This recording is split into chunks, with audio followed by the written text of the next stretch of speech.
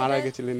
এটা আমিও সেটা শুনেছি, আমরা অবশ্য পুজো টুজো দেখিনি, আমরা 25-26 বছর হয়েছে এখানে এসেছি। এই পাশে যে মন্দির আছে ওই মন্দিরে তো কোনোদিন পুজো হয় না? আগে হতো, আগে হতো মানে এসব জমিদারদের আন্ডারে তো। হ্যাঁ, জমিদাররা করেছিল এই মন্দিরগুলো। এখন এই জমিদার বাড়ি আছে, সব থেকে থাকে না।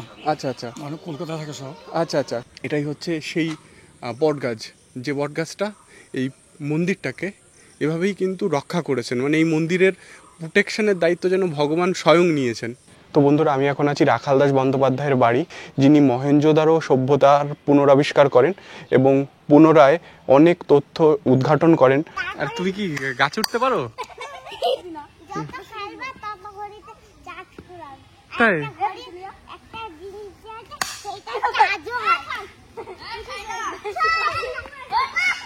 এখানে 6টা জমিদার ছিল, সেই জন্য এই গ্রামটার নাম হয়েছে ছয়ঘরিয়া। আচ্ছা, 6টা জমিদার ছিল। তো বন্ধুরা, এটাই হচ্ছে হরিদাসপুর ব্রিজ। দেখতে পাচ্ছ কত সুন্দর একটা প্রকৃতি পরিবেশ রয়েছে এখানে, খুব সুন্দর লাগছে এই জায়গাটা। তার জন্য আমি এই জায়গাটাই নেমেছি। তো তোমাদের এখান থেকে আবার নিয়ে যাব রাখালদাস বন্দ্যোপাধ্যায়ের বাড়িতে। আর এটাই সেই নদীটা, নাওভাঙা নদী, যেটা কোদালিয়া নদী হয়ে বাংলাদেশের সঙ্গে মিশেছে, মানে বাংলাদেশের মধ্যে চলে গেছে। তো এইখানে কিন্তু ঘাট রয়েছে দুপাশে, এপাশেও একটা ঘাট রয়েছে, এপাশেও একটা ঘাট রয়েছে। তো বন্ধুরা, এই জায়গাটা কতটা সুন্দর লাগছে সেটাই তোমাদের দেখাচ্ছি। দূরে দেখা যাচ্ছে ইসকনের মন্দির, এটাই হলো ইসকনের মন্দির। তার পাশে এই নাওভাঙা নদী, যেটা নাওভাঙা নদী, আর তার পাশে এই জায়গাটা খুব সুন্দর লাগছে, অসাধারণ সুন্দর লাগছে। তো বন্ধুরা, দেখতে পাচ্ছ একটা অসাধারণ সুন্দর জায়গা কিন্তু আমি এখন দাঁড়িয়ে আছি। এখানে লেখা আছে আই লাভ ছয়ঘরিয়া, আর এই জায়গাটার নাম হচ্ছে ছয়ঘরিয়া। এর পাশেই যে নদীটা দেখা যাচ্ছে, এই নদীটার নাম হচ্ছে নাওভাঙা নদী, যে নদীটা পরবর্তীতে কোদালিয়া নদী হয়ে বাংলাদেশের মধ্যে চলে গেছে, কোদালিয়া নদী হয়ে গেছে। এখানে এই নদীটার নাম হচ্ছে নাওভাঙা নদী, আর তারপরে এই নদীটা মানে কোদালিয়া নদী হয়ে বাংলাদেশের মধ্যে চলে গেছে। আর এই জায়গাটার নাম হচ্ছে ছয়ঘরিয়া। এখানে লেখা আছে আই লাভ ছয়ঘরিয়া। পাশে দেখা যাচ্ছে ইসকনের মন্দির। আর আমি একটা ব্রিজের উপরে দাঁড়িয়ে আছি, এই ব্রিজটার নাম হচ্ছে হরিদাস ব্রিজ। তো তোমরা দেখতে পাচ্ছ এটা হচ্ছে হরিদাস ব্রিজ। এই হরিদাস ব্রিজের সামনে কিন্তু আমি এখন দাঁড়িয়ে আছি। তো এই হরিদাস ব্রিজ থেকে আমি যাব রাখালদাস বন্দ্যোপাধ্যায়, যিনি মহেঞ্জোদারো সভ্যতার প্রবর্তক, যিনি উদ্ভাবক আর কি, প্রবর্তক মানে উদ্ভাবক, ওনার বাড়িতে যাব আর তোমাদেরকে দেখাবো যে ওনার বাড়িটা কেমন। তো এখন আমি এই ব্রিজের সামনে এখন দাঁড়িয়ে আছি। এই ব্রিজটার নাম হচ্ছে হরিদাসপুর ব্রিজ বা হরিদাস ব্রিজ, যেটাই বলো। আর এখানে এটা ছয়ঘরিয়ার মধ্যে পড়ছে, তো এখানে সেই জন্যই লেখা আছে আই লাভ ছয়ঘরিয়া। তো এই ব্রিজটার সামনে থেকে আমি কিন্তু এখন ভিডিও করছি। তো অসাধারণ সুন্দর জায়গা, এই জায়গাটা খুব সুন্দর লাগছে, আর এই জায়গাটাও খুব সুন্দর লাগছে। এটাই হচ্ছে সেই হরিদাসপুর ব্রিজ, আর তার পাশেই কিন্তু এই লেখাটা রয়েছে। অসাধারণ সুন্দর এই জায়গাটা। তো আমি যাব রাখালদাস বন্দ্যোপাধ্যায়ের বাড়িতে, তো তোমাদেরকেও নিয়ে যাব। চলো তাহলে যাওয়া যাক। বন্ধুরা, দেখতে পাচ্ছ বাংলাদেশ ভারত এই সীমান্তবর্তী এলাকাটা কতটা সুন্দর লাগছে। এখানে একটা ঘাট রয়েছে, সেই ঘাটে কিন্তু অনেকেই স্নান টান করে, জামা কাপড় কাচে, আর খুব সুন্দর, অসাধারণ সুন্দর জায়গা এটা।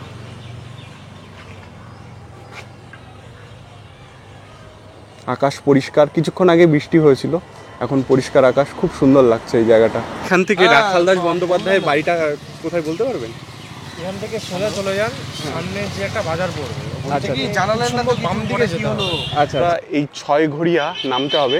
আর ছয়ঘরিয়ায় এরকম একটা দুপাশে রাস্তাটা চলে গেছে, এইদিকে একটা রাস্তা চলে গেছে আর এইদিকে আর একটা রাস্তা চলে গেছে। তো এই দিকে সোজা গেলেই রাখালদাস বন্দ্যোপাধ্যায়ের বাড়ি।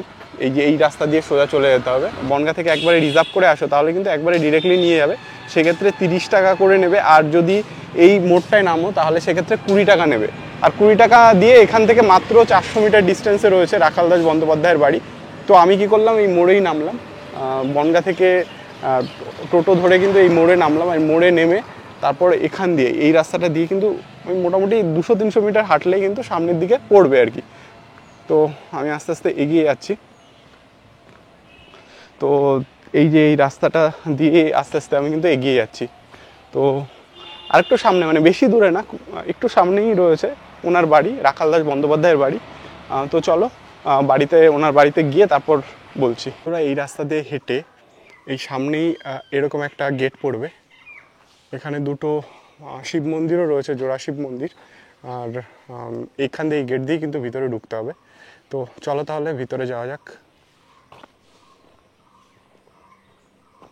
তো বন্ধুরা, একটা জিনিস তোমাদেরকে দেখাই, যেটা হলো এই যে দরজাটা রয়েছে, এই দরজাটা কিন্তু অনেক পুরনো, শাল বা সেগুন কাঠ দিয়ে তৈরি করা। এই দরজাটা কিন্তু অনেক মজবুত। শত্রুপক্ষ যাতে কোনোভাবে কেউ যাতে এই দরজাটা ভাঙতে না পারে, তার জন্য এইখানে লোহার পেরেকের মতো করে লোহার এই যে গ্রিলগুলো, এগুলো দিয়ে কিন্তু আটকানো রয়েছে।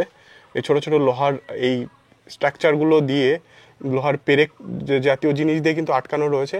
আর এই কাঠগুলোও কিন্তু খুব মজবুত, খুব শক্ত। এরকম করেই কিন্তু এই দুপাশের দরজাটা এইভাবেই করা রয়েছে। অসংখ্য লোহার এই পাত দিয়ে কিন্তু আটকানো রয়েছে এই দরজাটা, শাল বা সেগুন কাঠ দিয়ে তৈরি। আর উপরে দেখতে পাচ্ছ অনেক পুরনো স্ট্রাকচার, যদিও বা উপরে টালি দেওয়া হয়েছে, এটা পরে দেওয়া হয়েছে, কিন্তু এই দরজাটা এটা কিন্তু অনেক পুরনো দরজা আর অনেক মজবুত দরজা। এখানে লোহার এখানে গ্রিল করা রয়েছে। আর এখান দিয়ে ঢুকতে হবে। আমরা ঢুকে গেলাম ভিতরে। এটাই হলো ওনার বাড়ি, আর এ পাশে রয়েছে মন্দির। তো বন্ধুরা, চলে এসেছি রাখাল দাস বন্দ্যোপাধ্যায়ের বাড়িতে। আর দেখতে পাচ্ছ এইটাই হলো রাখাল দাস বন্দ্যোপাধ্যায়ের বাড়ি, অনেক পুরনো বাড়ি। তো এখানে এই বাড়িটা তোমাদেরকে দেখাবো। আর বাড়িটা কিন্তু সেরকমভাবে মানে অনেক পুরনো, তো সেই জন্য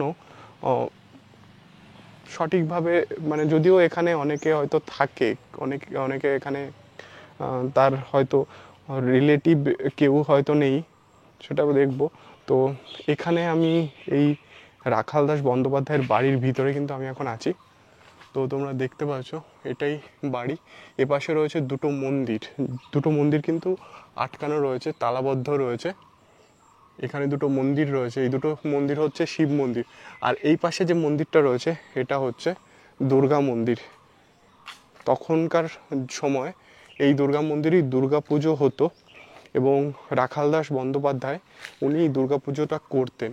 এবং উনি যেখানেই থাকতেন না কেন, যত ব্যস্তই উনি থাকতেন না কেন, উনি মানে এই দুর্গা পুজোর সময় এখানে চলে আসতেন এবং এখানে এসে দুর্গা পুজোটা করতেন। তো কালের বিবর্তনে এখন আর এই দুর্গা পুজো হয় না। আর সেই পুরনো দিনের সেই জরাজীর্ণ হয়ে যাওয়া এই মন্দির রক্ষণাবেক্ষণও হয় না। উপরে এখন প্লাস্টিক দিয়ে উপরে দেওয়া হয়েছে যাতে জল না ঢোকে। আর সেই রকমের মানে সেই যে জাঁকজমকপূর্ণ সেই যে ঐতিহ্য, দুর্গা পুজোর সেই যে প্রচলন, এখন আর সেটা নেই। এখন আর এখানে পুজো হয় না। তো এটাই হচ্ছে ওনার মানে বাড়ি, এটা হচ্ছে ওনার বাড়ি। আর বাড়ির পাশেই এটাই হচ্ছে সেই দুর্গা মন্দির। বাড়িটা যদি দেখাই তো পুরো বাড়িটা কিন্তু এরকম। এটাই হলো ওনার মানে বাড়ি, রাখাল দাস বন্দ্যোপাধ্যায়ের বাড়ি। মানে পুরনো হয়ে গেছে, অনেক দিনের প্রাচীন বাড়ি। বন্ধুরা, আমি এখন আছি রাখাল দাস বন্দ্যোপাধ্যায়ের বাড়ি, যিনি মহেঞ্জোদারো সভ্যতার পুনরুত্থান করেছিলেন। পশ্চিমবঙ্গের মুর্শিদাবাদ জেলার বহরমপুরে জন্মগ্রহণ করেন রাখাল দাস বন্দ্যোপাধ্যায়। তিনি একজন ঐতিহাসিক ও প্রত্নতত্ত্ববিদ ছিলেন।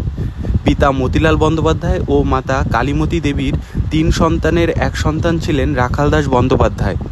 আইনজীবী পিতা মতিলাল বন্দ্যোপাধ্যায়ের সাথে মাতা কালীমাতা দেবীর বিবাহ সম্পূর্ণ হওয়ার পরবর্তী সময়ে ইস্ট ইন্ডিয়া কোম্পানি ও মির্জাফরের বহরমপুর লুটের সময় কালীমাতা দেবীর পিতা জমিদার বনগার এই 6 ঘরিয়া গ্রামে তাদের নিয়ে হাজির হন এবং নিজের জমির এক অংশ মতিলাল বন্দ্যোপাধ্যায়কে দেন বাড়ি তৈরি করার উদ্দেশ্যে।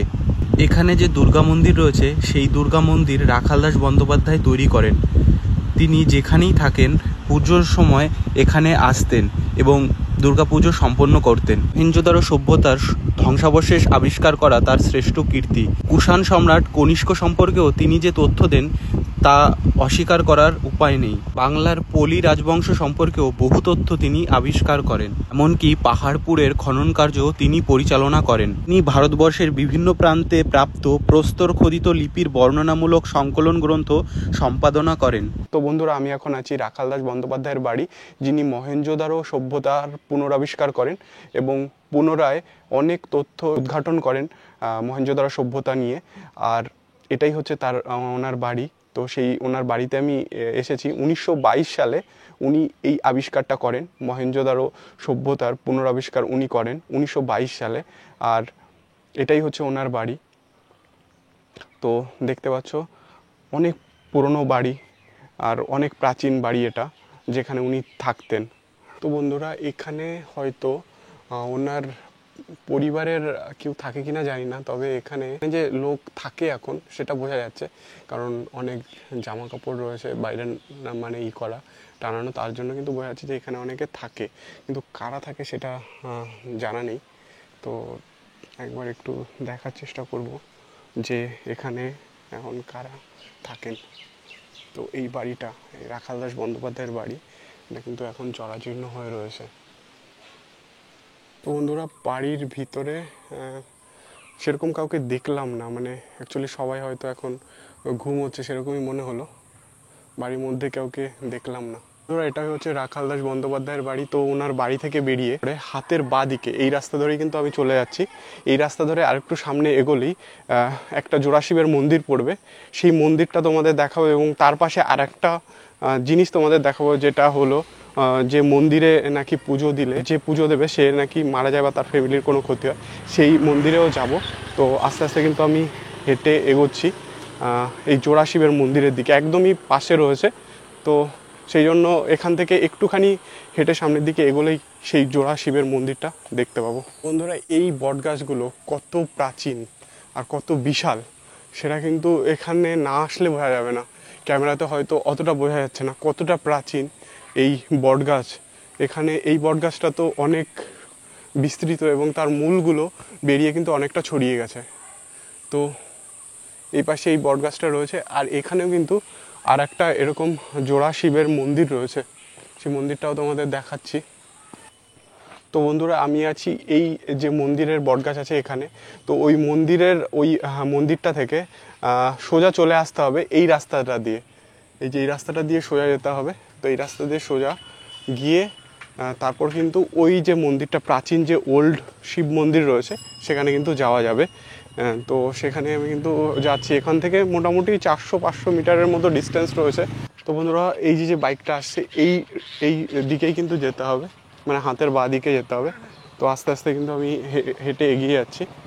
তো এখানকার রাস্তাঘাট কিন্তু এরকমই কর্দমাক্ত হয়ে রয়েছে। বন্ধুরা, এই রাস্তাটা দিয়ে কিন্তু সোজা এগিয়ে যাচ্ছি, আর এখানে কিন্তু খুব সুন্দর একটা পরিবেশ এখান থেকে কিন্তু লক্ষ্য করছি। খুব গ্রামীণ পরিবেশ এবং সবুজে ঘেরা, গাছপালায় ঘেরা কিন্তু এই পরিবেশ। তো আরেকটু সামনে হেঁটে এগোতে হবে, তারপরেই কিন্তু সেই ওল্ড শিব টেম্পল সেটা কিন্তু দেখতে পাবো। এখান থেকে রাস্তাটা দুভাগে ভাগ হয়ে গেছে, এইদিকে একটা রাস্তা চলে গেছে, এইদিকে একটা রাস্তা চলে গেছে। তো আমাদেরকে যেতে হবে বাঁ দিকের রাস্তায়। তো আমি বাঁ দিকের রাস্তা দিয়ে সামনের দিকে এগোচ্ছি, মানে মোটামুটি চলে এসেছি। বন্ধুরা, চলে এলাম সেই মন্দিরে, যে মন্দিরের মানে এখানে দুটো শিব মন্দির আছে। তো এই দুটো শিব মন্দিরের মানে সঙ্গে এই যে বটগাছটা রয়েছে এখানে, সেই বটগাছটা দিয়ে কিন্তু চারপাশে ঘিরে রয়েছে, মানে সেই বটগাছের যে মূলগুলো রয়েছে, সেই মূলগুলো বা কাণ্ডগুলো দিয়ে কিন্তু এই মন্দিরের চারপাশটা এইভাবেই ঘেরা। মানে কতটা, মানে কীরকমভাবে, মানে কতটা প্রাচীন এই মন্দির, এখানে দেখলেই কিন্তু সেটা বোঝা যাচ্ছে যে কতটা প্রাচীন এই মন্দির। বন্ধুরা, এটাই হচ্ছে এই মন্দিরটা। এই মন্দিরটা কিন্তু এই চারপাশে এই বটগাছ দিয়ে এরকমভাবে বটগাছের যে শিকড়গুলো আছে, সেই শিকড়গুলো দিয়ে এই মন্দিরটা ঘেরা রয়েছে। আর এই বটগাছটা, সম্পূর্ণ এই বটগাছটা এই মন্দিরের উপরই রয়েছে। মানে এরকম আমি প্রথম দেখলাম যে এরকম কোনো মন্দির, যে মন্দিরটার উপরে এরকম একটা বড় সুবৃহৎ বটগাছ এরকমভাবে থাকতে পারে। এটা কিন্তু আমি প্রথম দেখলাম। তো এপাশে দুটো মানে পাশাপাশি মন্দির রয়েছে, আর এটা হচ্ছে শিব মন্দির, আর এখানে ভিতরে শিবলিঙ্গ রয়েছে। আর এখানে কিন্তু অনেক এই পাশে যে মন্দিরটা রয়েছে সেই মন্দিরের উপরে একটা মূর্তিও দেখতে পাচ্ছি, তোমাদেরকে দেখানোর চেষ্টা করবো এই মূর্তিটা। দেখো এখানে কিন্তু একটা মূর্তি দেখতে পাচ্ছি, এখানে একটা মূর্তি রয়েছে। আর এই যে মন্দিরটা, এই দুটো মন্দির শিব মন্দির, এবং দুটো মন্দিরেই কিন্তু পুজো হয়। তো এর পাশে যে আরেকটা মন্দির রয়েছে সেই মন্দিরে যাব, এবং সেই মন্দিরে গিয়েও দেখবো যে মানে সেই মন্দিরটা কি, মানে অ্যাকচুয়ালি অনেকে বলে আর কি যে ওই মন্দিরে নাকি কেউ পুজো দেয় না বা পুজো হয় না। তো সেই মন্দিরেও যাব। কিন্তু এই যে মন্দিরটা দেখছি তার আগে দুটো জোড়া শিব মন্দির, মানে দুটোই শিব মন্দির। আগেকার দিনে এরকমই মন্দির তৈরি হতো, একসঙ্গে দুটো শিব মন্দির তৈরি হতো। এই মন্দিরগুলোকে বলা হয় জোড়া শিব মন্দির। আর বিভিন্ন জায়গায় বিভিন্ন প্রান্তে, মানে অল ওভার ওয়ার্ল্ড বলা যায় বা সারা ভারতবর্ষে বলা যায়, এরকম বিভিন্ন জায়গায় এরকম মন্দির লক্ষ্য করা যায় যেখানে দুটো শিব মন্দির একসঙ্গে তৈরি হয়। আর এই শিব মন্দির তো আলাদাই আকর্ষণ রয়েছে, কারণ মন্দিরের চারপাশটায় বটগাছে ঘেরা। মানে এই মন্দির এমনভাবে এই বটগাছটা সিকিউর করে রেখেছে যে এই মন্দিরটা ভাঙবে না। যেরকম তোমাদের আমি দেখাই, মন্দিরটার চারপাশের এই কাঠামোগুলো, মানে মন্দিরটা এই সম্পূর্ণ এই বটগাছ দিয়ে ঘেরা রয়েছে। এ পাশে মূল রয়েছে, এ পাশে মূল রয়েছে, মানে এই প্রাচীন যে মন্দিরটা এরকমভাবেই রয়েছে যে চারপাশে বটগাছে ঘেরা। আর এই মন্দিরে পুজোও হয় চারপাশটা, মানে সামনে পিছনে দেখতে গেলে চারপাশটায় এরকম বটগাছে ঘেরা। এ পাশেও ঘেরা রয়েছে। আর পিছনটাও তোমাদের দেখাই, পিছনে চলে আসছি, পিছনেও কিন্তু এইভাবে ঘেরা রয়েছে। মানে এই মন্দিরের সম্পূর্ণ অংশটা এরকম বটগাছে ঘেরা। মানে এটা আমি প্রথম দেখলাম এরকম এই বিস্ময়কর এরকম মন্দির, শিব মন্দির, জোড়া শিব মন্দির, যেখানে একটা বটগাছ সম্পূর্ণরূপে এই মন্দিরের উপরে দাঁড়িয়ে আছে। তোমাদের একবার বটগাছের উপরটা দেখাই, তোমরা দেখতে পাচ্ছ কিভাবে একটা বটগাছ এই মন্দিরটাকে ঘিরে রেখেছে। তবে শুধু ডান পাশের মন্দিরটাকেই ঘিরে রেখেছে, বাঁ পাশের মন্দিরে কোনো বটগাছের কোনো শিকড় বা মূল বা কাণ্ড যায়নি। শুধুমাত্র এই মন্দিরটা, ডান পাশের এই মন্দিরটাই কিন্তু এভাবে ঘেরা রয়েছে। আর এই মন্দিরে প্রতিনিয়ত মানে প্রত্যহ পুজো অর্চনা হয়। এই যে এই বটগাছটা, এই বটগাছটা কি অনেক প্রাচীন না? এইখানে এই মন্দিরে এরকম ঘিরে রেখেছে, প্রতিদিনই পুজো অর্চনা হয় এখানে। আচ্ছা আচ্ছা আচ্ছা। তো আপনি তো মানে এখানে কতদিন থেকে দেখছেন এই মন্দিরে পুজো হচ্ছে? মানে সবসময়? তাই? মানে এই মন্দিরটা মানে তারও আগে 200-300 মানে 400-500 বছর পুরনো হবে। আচ্ছা আচ্ছা। এই দিকে কি আরো কোনো মন্দির আছে যে মন্দিরে পুজো হয় না? এবং আচ্ছা, ওইখানে দুটো মন্দির আছে। মানে শোনা যায় নাকি ওই মন্দিরে কেউ পুজো দিলে তার নাকি ক্ষতি হয়, এরকম কিছু? না, সেরকম মানে কোনো নেই, মানে অনেকে বলে আর কি এটা, মানে ওখানে পুজো হয় না, মানে ওটাও পুরনো মন্দির। আর এইখানে নিয়মিত, এই মন্দিরে নিয়মিত পুজো হয়।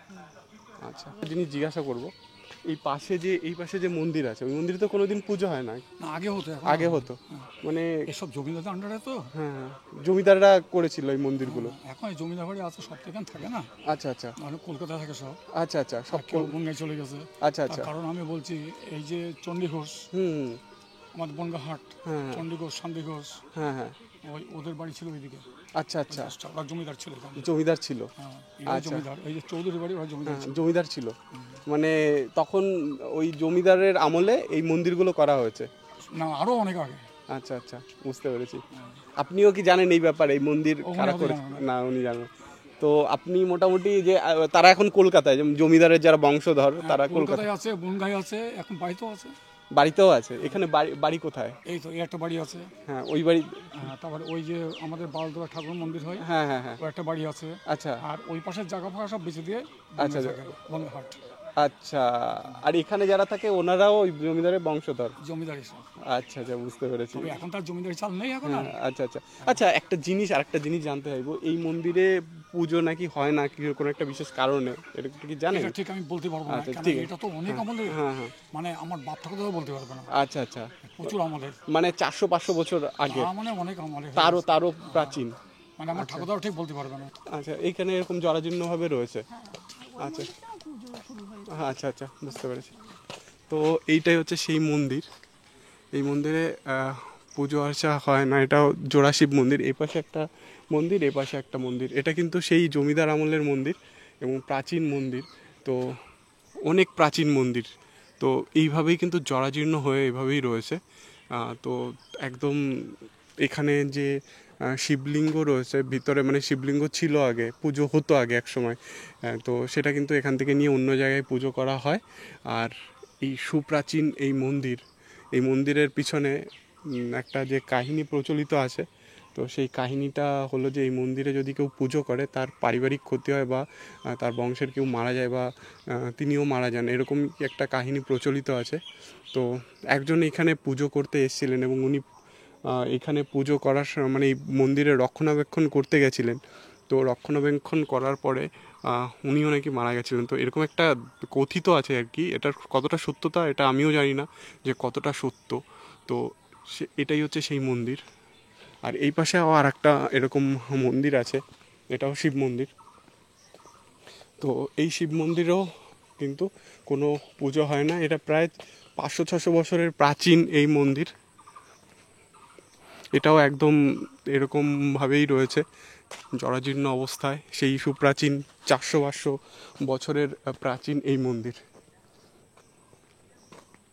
এপাশেও একটা মন্দির আর এপাশেও মন্দির, এটাও জোড়া শিবের মন্দির।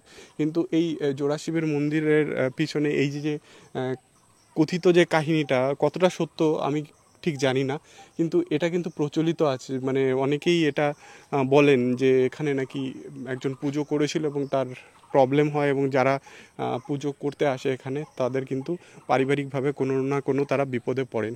আর এখানে মৃত্যু পর্যন্ত হয় আর কি, সেটা শুনেছি, আমারও শোনা। তো সেটা কতটা সত্য আমার জানা নেই। তো আপনাদের যদি কারো জানা থাকে তাহলে আপনারা কমেন্টে জানাতে পারেন। তো আপনাদের দেখাই এই মন্দির দুটো। তো বন্ধুরা, এই মন্দিরের সামনেই আমি এখন দাঁড়িয়ে আছি, পাশেই দাঁড়িয়ে আছি সেই পরিত্যক্ত মন্দির। এটাও এখানেও জোড়া শিবের মন্দির, শিব মন্দির ছিল আগে। কিন্তু তোমাদেরকে যেটা জানালাম যে এরকম একটা কাহিনী প্রচলিত আছে বা কথিত আছে, সেটা অনেকে জানেন অনেকে জানেন না। তো আমিও শোনা আর কি, আমিও পরিপূর্ণভাবে মানে এটা বিশ্বাস করিও বলবো না, কিন্তু এরকমই একটা কাহিনী প্রচলিত আছে যে এই মন্দিরে পুজো অর্চনা হয় না। এজন্যই হয় না যে এখানে যারা পুজো করতে আসেন তাদের পারিবারিকভাবে কোনো তারা মানে প্রবলেম হয় বা তারা কোনো প্রবলেমে পড়েন বা মৃত্যু পর্যন্ত হয়, এরকম আমারও শোনা। সেটাই তোমাদেরকে বলছি আর কি। তো কতটা এর সত্যতা রয়েছে আমারও জানা নেই। আর এখানের এলাকাবাসীরাও তারাও কিন্তু এই সম্পর্কিত কোনো এরকম কাহিনী জানেন না। আমি 2-1জনকে জিজ্ঞাসা করলাম এবং ওনাদের কাছে জানতে চাইলাম যে এরকম কি কাহিনী আপনারা জানেন। তো ওনারা কিন্তু বলল যে এখানে এরকম কোনো কাহিনী ওনাদের জানা নেই যে এরকম কোনো কাহিনী হয়েছে। তো এমনিতেই ওনারা দেখছেন যে অনেক দিন থেকেই এই মন্দির, এই জোড়া মন্দির পরিত্যক্ত অবস্থায় এখানে পড়ে রয়েছে। ওপাশে যে মন্দির, জোড়া মন্দির রয়েছে, জোড়া শিব মন্দির, সেখানে কি পুজো হয়, কিন্তু তার পাশেই এই যে জোড়া শিব মন্দির এখানে দেখতে পাচ্ছি, এই জোড়া শিব মন্দিরে কোনো রকমের কোনো পুজো আর্চা হয় না। এখানে যে ভিতরে শিবলিঙ্গ ছিল আগে একসময় এই মন্দিরে পুজো হতো, একসময় পুজো হতো, কিন্তু এখন আর সেই পুজো হয় না। এদিকে বাঁদিকের, এটা হচ্ছে বাঁদিকের শিব মন্দির, আর এপাশে হচ্ছে এটা হলো ডান দিকের শিব মন্দির। পাশাপাশি দুটো শিব মন্দির এখানে রয়েছে। তো এর মধ্যে কিন্তু একদম এখানে হয়তো অনেক সাপ, ব্যাং, তারপর বেজি টাইপের এরকম অনেক বন্য জন্তুরা থাকতে পারে এখানে। এর মধ্যে কী আছে আমার জানা নেই, কিন্তু এখানে আচ্ছা, এই মন্দির সম্পর্কে কি আপনি কিছু জানেন? এখানে পুজো অর্চনা কবে থেকে হতো আগে আর এখন হয় না কেন? সত্যি কথা বলতে আমরা যখন এসেছি হ্যাঁ, তখন দেখতো এই মন্দির এইভাবেই রয়েছে, আচ্ছা। ওই মন্দিরটাই পুজো হয়। কিন্তু এই মন্দির, এই জোড়া শিব, এটাও তো শিব এরা মন্দির, জোড়া শিব মন্দির, কিন্তু এখানে কেউ পুজো হয় না না। না পুজো আচ্ছা, হয় না। শুনেছি যে কেউ নাকি এখানে পুজো করতে এসেছিল এবং উনি পুজো করতে আসলে ওনার পারিবারিকভাবে ওনার প্রবলেমের জন্য উনি পুজো তারপরে আর করতে পারেননি বা ওনার এবার আমিও মারা সেটা, গেছিলেন। এটা আমিও সেটা শুনেছি, আমরা অবশ্য পুজো টুজো দেখিনি। আমরা এই 25-26 বছর হয়েছে এখানে এসেছি, কিন্তু তার আগে আমরা কিছুই দেখিনি। যেটা শুনেছি ওই তুমি ওই যেটা শুনেছি ওটাই, যে একজন পুজো করতে এসেছিলেন, উনি মারা গেছেন, মারা গেছেন, সেইভাবেই পড়ে আছে। তারপর থেকে আর কেউ এখানে রক্ষণাবেক্ষণ করেনি। কিন্তু এটা তো 400-500 বছরের সেই জমিদার আমলের মন্দির, মানে ওপাশে দুটো মন্দির পুজো হচ্ছে, তো এইখানেও এই মন্দিরে হয় না। তো ওটাই আর কি, যে ওইটার ওই জন্যই নাকি হয় না, সেটাই আমি শুনেছি। কেউ যে একটু ইচ্ছা করে ক্ষমতা করে করতে যাবে, সাহসেরও হ্যাঁ, যেহেতু প্রয়োজন আছে, সাহসের প্রয়োজন আছে, যে যেহেতু এটা শোনার পরে কেউ আর মানে সাহস করে এগোতে পারে, মানে কেন পড়ে থাকবে? হ্যাঁ, এটা ঠিক। হ্যাঁ, কেন পড়ে থাকবে? এত পুরনো প্রাচীন মন্দির, তো এটা কেন পড়ে থাকবে? এবার যদি সরকার থেকে যদি এটা আচ্ছা, এই জায়গাটা কি মানে কোনো কারোর মানে পার্সোনাল কোনো প্রপার্টি নাকি? আচ্ছা আচ্ছা আচ্ছা, মানে খাস জমি না, এটা মানে পার্সোনাল জমি। তো যদি খাস হতো তাহলে সরকার এটা দেখতো। তাও সরকার থেকে যদি পুরনো মন্দির, যেহেতু এটা ঐতিহাসিক একটা নিদর্শন, সরকার থেকে যদি পদক্ষেপ নেয় তাহলে নিতে পারে সংরক্ষণের জন্য। তো ওটাই, ওই কাহিনীর পরে যা শুনবে তারপরে আর সাহস করতে পারবে না যে এখানে যে কিছু করবে। এটা ভয়ের ব্যাপার, ভয়ের ব্যাপার যে এখানে পুজো করলে যদি, হ্যাঁ ঠিক তো করতে পারে, হ্যাঁ সরকার চেষ্টা করলে পারবে, কিন্তু সাধারণ মানুষের এই যে এটা তো কুসংস্কার,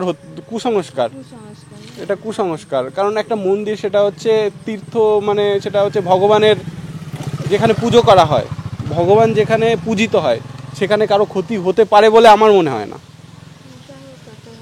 হ্যাঁ, এইভাবেই পড়ে আছে, একদম জরাজীর্ণ অবস্থায়, ভেঙে যাওয়ার মতো, মানে কিছুদিন পরে হয়তো ভেঙেও পড়বে, একদম গাছপালায় ঘিরে একদম জরাজীর্ণ অবস্থায় রয়েছে আর কি এই জোড়া মন্দির। এরকম অনেক জায়গায়, এখানে বনগাঁয় অনেক জায়গায় আছে না এরকম জোড়া মন্দির, অনেক জায়গায় আছে, কিন্তু এই ছয়ঘরের মধ্যে এটা নাম করা। অনেকেই দূর দূরান্ত থেকে এখানে আসে। আর এখানে এই যে জোড়া মন্দিরটা আছে, শুটিং করতে আসে, তাই? আচ্ছা, অনেক মুভির, সিনেমার শুটিং হয়েছে এখানে, সিনেমা সিরিয়াল যারা করে। আর এইখানে যে এই যে মন্দিরটা, এই যে বটগাছটা ঘিরে রয়েছে এই মন্দির, এরকম মন্দির আমি কোনো জায়গায় দেখিনি যে। আচ্ছা, এইখানে কখন পুজোটা হয় আর কি এইখানে এই মন্দিরে? শিবরাত্রির দিন পুজো হয়, আচ্ছা, শিবরাত্রির দিন শিবরাত্রির দিন অনুষ্ঠান হয়, আর রোজই পুজো হয়, রোজই পুজো হয়। আচ্ছা, শ্রাবণ মাসে সবাই সোমবার আসবেন, বহুত লোক। তোমার মতো মানুষও পুজো দিলে ইচ্ছা করলে এসে শুক্রবার পুজো দিতে পারবে। এই মন্দিরটা খুব জাগ্রত, মানে যারা যা যেটা চায় সে ভগবান তাকে তার ইচ্ছা পূরণ করে। আর এই বটগাছটা এই হয়েছে, আগে ছিল না, আচ্ছা আস্তে আস্তে এখন ঘিরে নিচ্ছে। আচ্ছা আচ্ছা, মানে এরকম আমি দেখিনি যে এরকম একটা মন্দিরে এই বটগাছটা এইভাবে। একদিনকে একটা চালান এসেছিল, বলছিল, আমার বলছিল স্বপন ব্যানার্জি বলছিল, আমি তো ইয়েতে ছিলাম, সেখানে একজন বলছে তোমাদের ছয়ঘরে এই জিনিসটা আছে, এটা হ্যাঁ আমাদের বাড়ির পাশে এটা, মানে এই জিনিসটা যাবো দেখতে, হ্যাঁ আমাদের একটু হেল্প করবা? আমি বলছি হেল্প করার কোনো দরকার নেই, খোঁজে গিয়ে যে জিজ্ঞাসা করলেই, এই ছয়ঘরিয়ায় যে কোনো কাউকে জিজ্ঞাসা করলে সে জোড়া মন্দির অনেকগুলো আছে, কিন্তু এইটা হলো রেশন ঘর বললে পরে একটাই রেশন ঘর, আমাদের রেশন দোকান একটাই। আচ্ছা, রেশন দোকানের পাশে যে মন্দির, আচ্ছা ওইটাই বললে, ওটা বললে সবাই চিনে যাবে, এক কথায় চলে আসবে। মানে প্রতিদিন এসে পুজো দেওয়া যায়, সোমবার দিন, সোমবারে শ্রাবণ মাসে সোমবার তো কামাই থাকবে না, লাইন পড়ে যায় এমন সোমবারে। আর এমনি প্রতিদিন সন্ধ্যে দেওয়া হয়, প্রতিদিন ধোয়া হয়, সকালবেলা ঝাড় দেওয়া, পরিষ্কার করে, তার জন্য লোক আছে, পাখাও আছে, দেখুন পাখাও চলছে, হ্যাঁ সব পাখা চলবে। গরম পড়েছে না, আবার শীতকালে চাদর মুড়ি দেবে, চাদরও দেবে। হ্যাঁ, আরেকজন আছে, একজন দেয়, ওই গোবিন্দর বউ বলে একজন আছে, ওই ঝাড় দেওয়ার পয়সাটা ও দেয়, মানে আমাদের গ্রাম থেকে সবে করে, ও দেয়। আর সন্ধে দেয় একজন, এই বাড়ির মেয়েটা দিতে অসুস্থ হচ্ছে বলে ওই বাড়ির একটা বৌদি। আচ্ছা আচ্ছা, মানে নিত্য পুজো হচ্ছে এখানে। আর যারা দূর দূরান্ত থেকে আসবে তারা এই দেয়, অনেকে তারাও দিতে পারবে, তারাও দিতে পারবে। হ্যাঁ, অনেকে পয়লাতে স্নান করো, মনের আশা কামনা পূর্ণ করো, সব আছে। যেভাবেই হোক। মন্দিরেরই কল। মন্দিরেরই কল। যেমন বাবার ওখানে গিয়ে মাথায় জল দাও। আচ্ছা, শিবরাত্রিতে হ্যাঁ। এখানে কি খুব মানে আগে বড় অনুষ্ঠান হতো, তারপরে অষ্টম প্রহর হতো, অনেকবার হয়েছে। তা পারগতার অষ্টম প্রহরটা এখন খুব একটা হয় না, তবু হয়। আচ্ছা আচ্ছা, তবু হয়, তবুও হয় মানে শিবরাত্রির দিনে এটা বিশেষ হবে, মানে বাচ্চাদের বালক ভোজন করানো, হ্যাঁ এইগুলো হয়। তবে তারপরে এখানকার নিয়ম সওয়া মাস আমাদের হয়ে গেলে পরে নিয়ম সওয়ার মাসে আমরা কীর্তন করে এখানে একটু বাচ্চাদের খাওয়ানো, বড়দের খাওয়ানো, মানে এই 6 ঘড়িয়া চলেই যায়, মানে 6 ঘড়িয়ার এই জায়গাটা মানে অনেক নাম করা এবং অনেক জাগ্রত মন্দির, এটা আর বহুত পুরনো, অনেক পুরনো। হ্যাঁ, ও তো লেখা রয়েছে 1200 কত সাল। আচ্ছা, লেখাটা সালটা কোথায় লেখা আছে? ওর সামনে একদম সামনে লালে দিয়ে লেখা আছে। হ্যাঁ, 1200 কত সাল জানি। মানে কত পুরনো তাহলে? কত পুরনো, অনেক পুরনো। মানে আপনাদের মানে আমরা ব্রিটিশ আমলের, ব্রিটিশ আমলে এই মন্দিরে কেউ কি পুজো দিতে না, এখন আর এই মন্দিরে আমি তো 50 বছর 50-60 বছর হলো আমি 50 বছর এসেছি। এই মন্দির নেই। এই মন্দিরের শিব নাকি লিঙ্গরা ব্রিটিশ আমলে নাকি চুরি করে নিয়ে গেছে, তাই শোনা কথা। আচ্ছা আচ্ছা, আর এইখানে নাকি একজন এই সংরক্ষণ করার জন্য এসেছিল, উনি নাকি মারা গেছিলেন, সেরকম একটা। না না, সেটা শুনিনি, না এটা শুনিনি। এইটা আমাদের রেখেছে, আমাদের গ্রামের থেকে সবাই চাঁদা টাদা তোলে করে। ওই যে ক্লাবের ছেলেরা এখন এই চড়ক হয়, এখানে চড়ক হয়, কিন্তু চড়ক হয়, হ্যাঁ চড়ক হয়। তার চড়কের ক্লাবের থেকে ওই যে পাঁচিল দিচ্ছে ওই পর্যন্ত, এই দেবত্ব জায়গা তো, ওই যে পাঁচিল দিচ্ছে এখন। এটা যদি চুরি হয়ে যায় তার মধ্যে কিছুই নেই না, ওই তো লিঙ্গ আর কিছু নেই, না না কিছু নেই, খালি পড়ে রয়েছে ওটা। হ্যাঁ, এখান থেকে দেখুন ওখানে ইট ফেলানো রয়েছে, ওই যে কোনো পাঁচিল হচ্ছে, এই আচ্ছা আচ্ছা আচ্ছা, চড়ক হয়, চড়ক হয়, এখানে সবই হয়, সবই হয়, ছোট করে চড়ক হয়, যার যেরকম পারগতা গ্রামবাসীদের। কিন্তু এই যে দুটো জোড়া মন্দির, এখানেও দুটো জোড়া শিব মন্দির আছে। এটা জমিদার দেয় আমাদের 6 ঘরে, মানে 6টা জমিদার। আচ্ছা, এখানে 6টা জমিদার ছিল, সেই জন্য এই গ্রামটার নাম হয়েছে 6 ঘড়িয়া। আচ্ছা, মানে 6টা জমিদার ছিল। হ্যাঁ, 6টাই ঘর ছিল। এই যে একজন, তারপরে কালীবাড়ি আছে একটা, বাড়ুজ্জি বাড়ি আছে একটা, এইগুলো নিয়ে আমাদের 6টা মামার বাড়ি। আচ্ছা, রাখালদাস বন্দ্যোপাধ্যায় ওই বাড়ি, বাড়ুজ্জি বাড়ি বলি আমরা। বন্ধুরা, একটা জিনিস তোমাদের দেখাচ্ছি, এখানে কিন্তু সাল লেখা আছে, এই মন্দিরটা কত প্রাচীন তার একটা সাল এখানে লেখা আছে। এখানে 1259 সন, এখান থেকে আমি যতটা বুঝতে পারছি 1259 সন এখানে লেখা আছে। তোমরা জানি না বুঝতে পারছো কি না, এখানে কিন্তু এই সালটা দেখতে পাচ্ছি, এখান থেকে 1259 সাল, আর চৈত্র 30শে চৈত্র, মানে এটা বাংলা সাল, 1259 বাংলা সাল। এটা তাহলে কত প্রাচীন।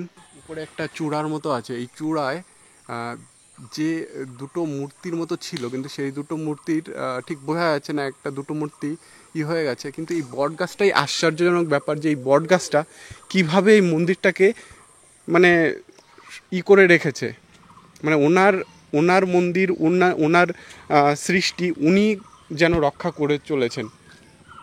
এটাই হচ্ছে সেই বটগাছ, যে বটগাছটা এই মন্দিরটাকে এভাবেই কিন্তু রক্ষা করেছেন, মানে এই মন্দিরের প্রোটেকশনের দায়িত্ব যেন ভগবান স্বয়ং নিয়েছেন, সেই রকমই মনে হচ্ছে। আশ্চর্যজনক ব্যাপার যে ওনার যে মন্দির, ওনাকে যারা পুজো করেন তাদের আর কষ্ট করতে হলো না, মানে ওনার যে মন্দির উনিই রক্ষা করছেন এইভাবে প্রাকৃতিকভাবে।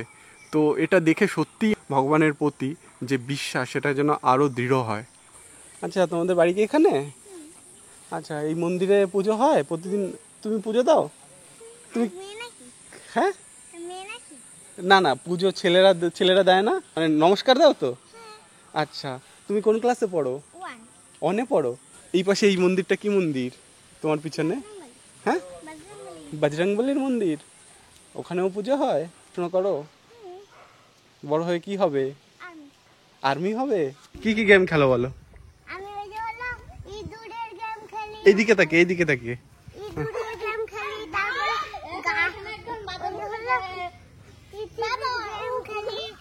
আর তুমি কি গাছ উঠতে পারো? আচ্ছা আচ্ছা, এই পড়ে যাচ্ছে তো।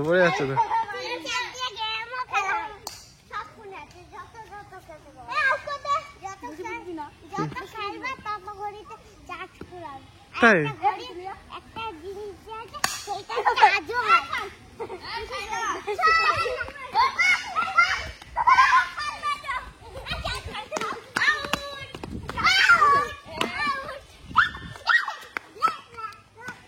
তো বন্ধুরা, আমি এই মন্দিরে এসেছিলাম এবং এই মন্দিরে তোমাদেরকে দেখালাম এখানে জোড়া শিবের মন্দির এবং পাশাপাশি দুটো জোড়া শিবের মন্দির এখানে রয়েছে।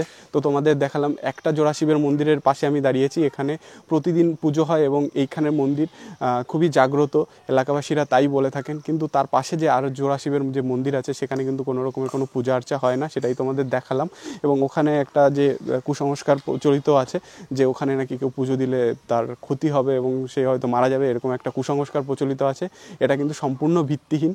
তো এখানকার যা প্রশাসন আছে বা যারা সরকারি যারা যদি তারা এই ভিডিওটা যদি তারা দেখো তাহলে অবশ্যই এখানকার এই মন্দিরগুলো কিন্তু রক্ষণাবেক্ষণের জন্য চেষ্টা করা উচিত, কারণ এই মন্দিরগুলো সুপ্রাচীন এবং ঐতিহাসিক নিদর্শন বহন করে চলেছে।